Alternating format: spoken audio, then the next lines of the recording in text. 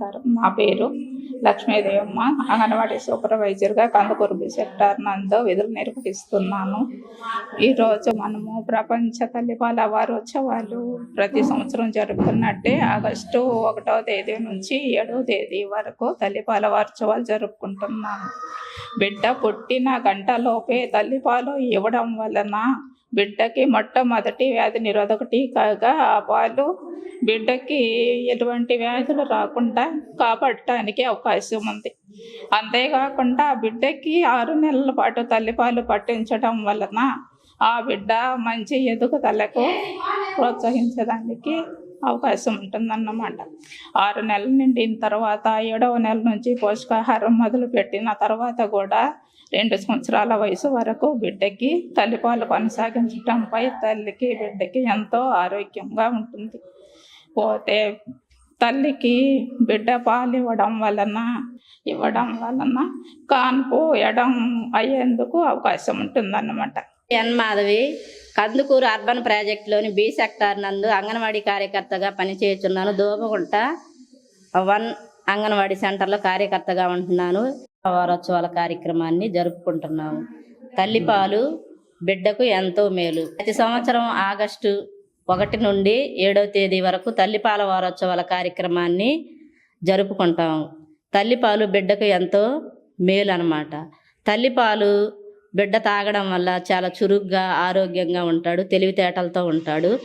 ఎలాంటి అనారోగ్యాలు కూడా బిడ్డకు దరిచేరవన్నమాట. అదే పోత పాలు తాగే బిడ్డ అయితే ఊరకనే ఆ అనారోగ్యాలకు గురవుతూ ఉంటాడు.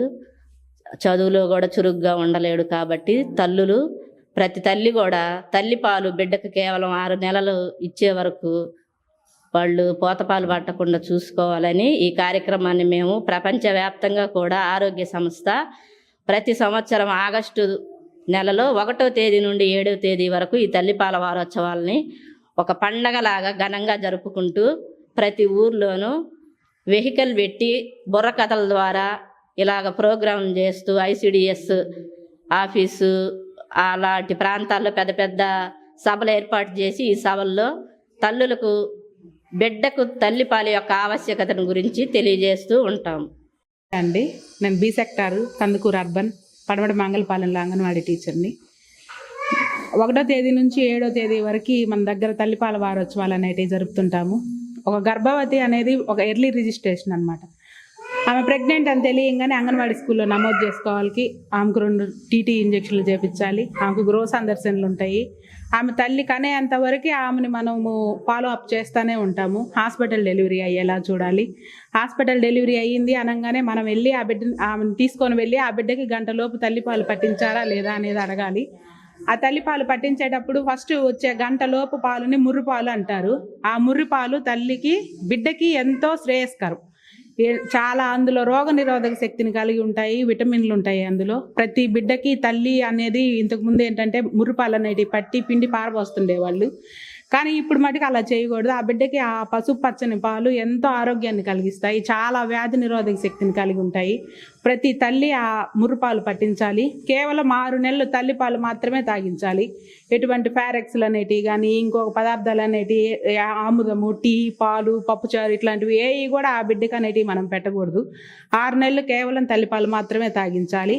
6వ నెల నిండి 7 వచ్చిన దగ్గర నుంచి అనుబంధ ఆహారంతో కూడిన తల్లిపాలు కొనసాగించాలి. అనుబంధ ఆహారం అనేది పెడుతూనే మళ్ళీ తల్లిపాలు కొనసాగించాలి. కనీసం 2 సంవత్సరాలు ఆ బిడ్డకి తల్లిపాలు కొనసాగించాలి. 2 సంవత్సరాలు ఖచ్చితంగా ఇవ్వాలి.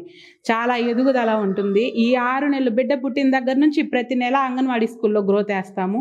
ఆ గ్రోత్ వేసి ఆ బిడ్డ పుట్టిన దగ్గర నుంచి ఆ బిడ్డ ఎంత పెరుగుతుంది, నెలకి ఇంత ఇంప్రూవ్ అయిందమ్మా, ఇది ఇంత ఎత్తుంది, ఇంత బరువు ఉంది నీ బిడ్డ అని చెప్పని ఆ తల్లికి మేము తెలియజేస్తాము. అదే దాన్ని చార్ట్ ప్రకారం మేము గ్రోత్ అనే ఒక బుక్ ఉంటుంది మా దగ్గర. ఆ బుక్లో ఆ బిడ్డ బరువు ఎంత ఉంటుంది అనేది మేము నమోదు చేసి పెడతాము. ఇట్లా ఆ బిడ్డ ఎంత పెరుగుతుంది ఏంటనేది ప్రతి తల్లి గమనించుకోవాలి. మాది దూబగుంట. నేను డెలివరీ అయిన 1 గంటలోనే బిడ్డకి ముర్రుపాలు పట్టిస్తాను. ముర్రుపాలతో పాటు 6 నెలలు నా బిడ్డకి పాలునిచ్చి 6 నెలల తర్వాత మేము తినే ఆహారం మెత్తగా వండి పెడతాను. అంగన్వాడీలో ఇచ్చే గుడ్డు, పాలు అన్నీ అందిస్తాను నా బిడ్డకి. 6 నెలల తర్వాత 2 సంవత్సరాల వరకు ఆహారం పెడుతూ నా పాలను అందిస్తున్నాను.